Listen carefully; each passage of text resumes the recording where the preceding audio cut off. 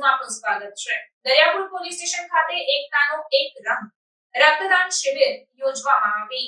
આગામી તારીખ 7મી જુલાઈએ યોજાનારી રથયાત્રા દરમિયાન કોમી એકતા અને સામાજિક સમરસતા જળવાઈ રહે તે માટે અમદાવાદના દરિયાપુર પોલીસ સ્ટેશન ખાતે રક્તદાન કેમ્પનું આયોજન કરવામાં આવ્યું। ભગવાન શ્રી જગન્નાથજીની 147મી રથયાત્રા નિમિત્તે દરિયાપુર પોલીસ સ્ટેશન ખાતે એકતાનો એક રંગ રક્તદાન શિબિરનું આયોજન કરાયું હતું। આ કેમ્પમાં પોલીસ કમિશનર GS મલિક તેમજ MLA કૌશિક જૈન હાજર રહ્યા હતા। ત્યારબાદ પોલીસ સ્ટેશન ખાતે શાંતિ સમિતિની મીટિંગ પણ યોજવામાં આવી હતી।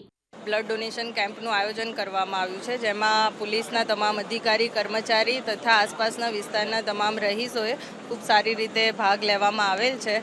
અત્યાર સુધીમાં અરાઉન્ડ 400 જેવા યુનિટ્સનું બ્લડ ડોનેશન થયેલ છે અને હાલ પણ આ કાર્ય ચાલુમાં છે।